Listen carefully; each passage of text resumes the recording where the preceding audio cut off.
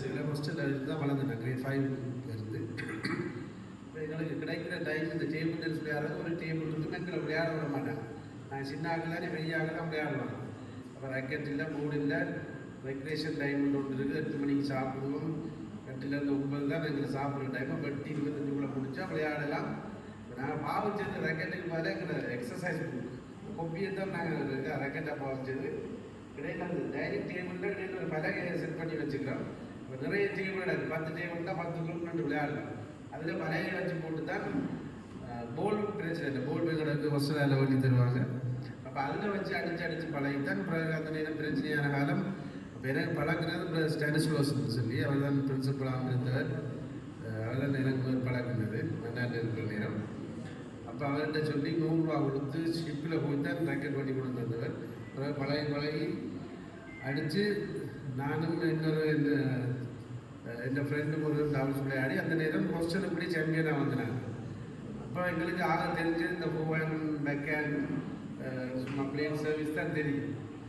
அதுக்கு பிறகு அவர் ஸ்டானிஸ்லோஸ் அவர் கட்டிக்காரால் நல்ல டாப்ஷன் ஸ்கில்லில் கூடாமல் விளையாடுறதே ஃபுல்லாக டாப்ஷன் தான் விளையாடு.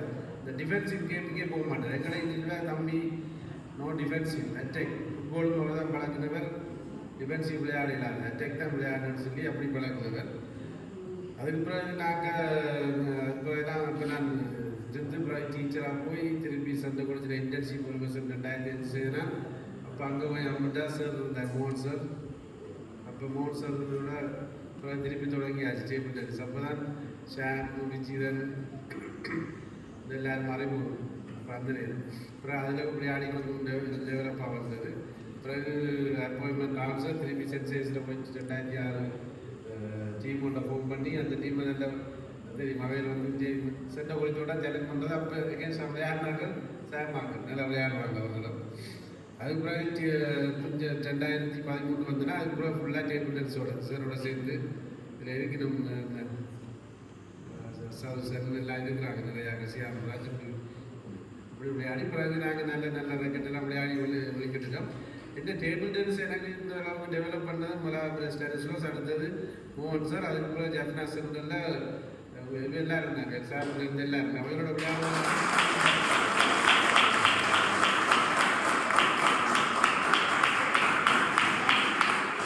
மெச் சம்பந்தமாக என்னன்னு சொன்னால் நான் பார்க்க இருந்துக்கும். நானும் இப்போ 2 மந்த்ஸ் தான் ட்ரான்ஸ்ஃபராக நெல்லியடிக்கு போனது.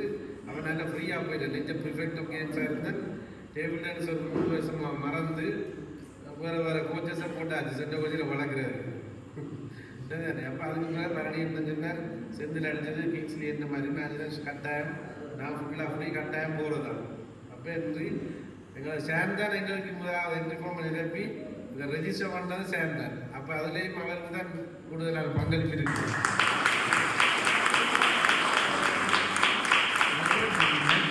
நெட் சம்பந்தமாக மொத்தமாக 10 டீம், சி டிவிஷனில் 10 டீம், ஏபி நாங்கள் 8 டீம். ஏயில் நாங்கள் 4 டீமோட விளையாடணும். அப்படி விளையாடி வர்ற நேரம் கடைசியில் சொன்ன மாதிரி தான் அந்த ஃபைனல் மென்ஷன் பண்ண சொல்லி நான் முடிக்கிறது என்ன மாதிரி இருக்குது.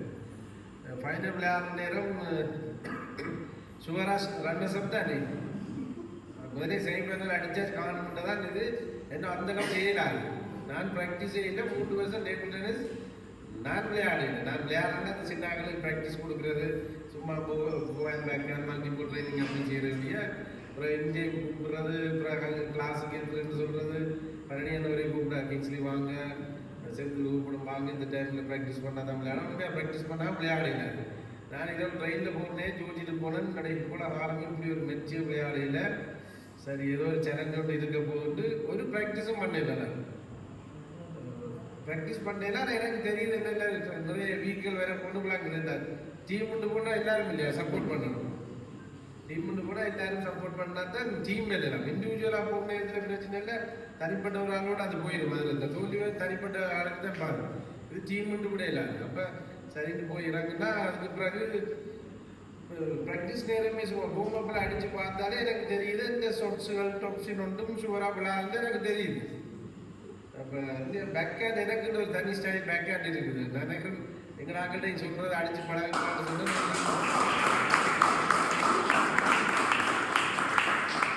நான் சொல்கிறேன் சென்று கொள்ளையும் கிடையாது. இப்படி அடிச்சு பழகினாலும் சரி ஒரு நேரம் அடிச்ச மாதிரி இல்லை. ஷியாம்ராஜ் இருந்துட்டு சில நேரம் அடிப்பான், நான் அதை ரெகுலர் அடிப்பேன், அவன் இருந்துட்டு சில நேரம் அடிப்பான். நானும் அடிச்சு பார்த்து ஒன்றும் விழுதும் இல்லை. சரி, அப்போ இதுதான் வீடியோஸ் எடுத்து பார்த்தீங்கன்னா இது தான் நடக்கிறாங்க. ஒரு சர்வீஸ் போட்டாரு இது அங்கே இருந்துட்டு ஒரு அடி. அப்போ அப்படி இல்லாமல் கடைசி கேமில் சாம் வந்து ஃபுல்லாக நின்று இதை எடுத்து பார்த்தா தெரியும். ஒவ்வொரு கோலுக்கும் காய்கறி சார் விடாயங்க சார் எல்லாரும் ஒரு என்ன விடாயங்க சந்திரன் விடாயங்கன்னு இல்லை, ஒவ்வொரு கோலுக்கும் அவர்கள் சத்தம் தான் இருக்கும், கைதட்டம் தான் இருக்கும்.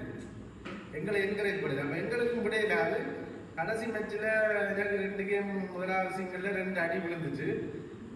சார் தண்ணி குடிக்க கூப்பிடு சார் வாங்க, நான் கொஞ்சம் சார் ஏடா சார் நான் எந்த பாணியை காட்டுறேன்னு சொன்னேன். நானே சார் ஓகே அடிச்சு விளையாடுங்க. நான் முதல் 2 சர்வீஸும் போட்டேன், உயர்ந்தது அடித்தேன் போயிடுச்சு. திருப்பி 2 அவர்கள் கூட நானும் யூஸ் பண்ண உயர்ந்ததை அடித்தேன். ஃபோனோடனே திருப்பி இந்தியாவிலேருந்து சவுண்ட் வருது சார் இனி கவனமாக போங்க அடிக்கலாம். அப்படியே செய்து 2க்கு 2 வந்தாச்சு. அடுத்த கேம் அஞ்சாவில் சொன்னது சார் நீ சார் சொன்னது சார் நீங்கள் இப்படியே விளையாடுங்க சார், மேட்ச் கூட முன்னோடுக்குள்ள வந்துச்சு, இனி அவசரப்படாங்க, இனி ஃப்ரீயாக விளையாடுங்கிறது ஒரு 5ஆவது அடிச்சு கொண்டுனாங்க. இப்போ நான் என்ன சொல்கிறேன்னு சொல்லி சொன்னால் சாமுக்கு நாங்கள் பழக்கியிருக்கிறோம், அது வேறு. ஆனால் எங்களுக்கு அன்றைக்கு கூச்சா வந்து ஒரு மென்டரா அட்வைசரா கைடரா அது சொல்லிடலாம். தண்ணி தாரம் இதை செய்யணும்னா டைம் அவுட் எடுக்கிறோன்னு அன்றைக்கு வந்து இப்போ நாங்கள் 3 பேர் இல்லை 4 பேர் போயிருந்தாலும் நாங்கள் இப்படி மாறி மாறி இருந்து கொள்ள மாட்டோம். ஏன்னு சொன்னால் எங்களுக்கு கலைப்பு கொஞ்சம் தலையை துடைக்கிறதா சவன் எடுக்கிறதா அடுத்த ஸ்டெப் என்ன செய்யறோம்னு நாங்கள் எங்களுக்குள்ளே கோஆர்டினேஷன் வந்திருக்காரு. ஆனால் இப்போ எங்களுக்கு மிராக்கட்டு சாம் இங்கேயும் வச்சிருக்க இதெல்லாம் விட்டு போட்டு எங்களோட வந்து நின்று எங்களோட சப்போர்ட் பண்ணி நாங்கள் இந்த அளவு வெல்றதுக்கு நாங்கள் உண்மையில சாமுக்கு தான் தேங்க் பண்ணணும். அவர் எங்களை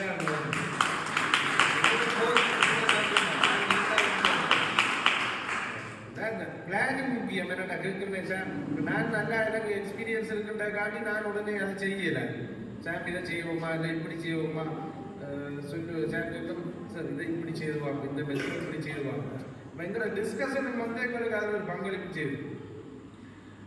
கடைசியாக இந்த சாம் குறைஞ்சதுக்கு தேங்க்யூ. பிள்ளைகள் எல்லாருக்கும் நீங்களும் கட்டாயம் வடிவாக டேபிள் டென்னிஸ் விளையாடணும், வடிவாக ப்ராக்டிஸ் பண்ணணும். ஒவ்வொரு நாளும் நீங்கள் சொல்லி தரதை கேட்டு கிட்டத்தட்ட ஒரு நாளும் 1/2 hour ஒதுக்குனாலே பெட்டர். ஆனால் எல்லாருக்கும் அப்படி செய்யலாம். உங்களுக்கு கிளாஸுகள் எல்லாம் இருக்கும். இப்போ நானும் எங்கட வீட்டில் 2 பேர் இருக்கணும். நானும் கூப்பிட்றது ஒரு 1/2 மணிக்கு வாங்கன்னு சொன்னால் வந்து கொள்ள மாட்டாங்க. இந்த நேரம் இல்லை, கிளாஸ்ன்னு நாங்களும் கொடுத்துருது. நீங்களும் இங்கே வந்து பழகிற நேரம் வடிவாக பழகி இது வந்து விளையாட்டு மட்டுமில்லை, ஃபங்க்ஷன் செய்கிற நேரமே சரியாக நிறைய விஷயத்தை நாங்கள் கற்றுக்கொள்வோம். அவை இந்த நிகழ்வை ஒழுங்குபடுத்திய சேமருக்கும் பேரண்ட்ஸ் அவரோட அன்பான மாணவர்கள் அனைவருக்கும் தேங்க்யூ வெரி மச்.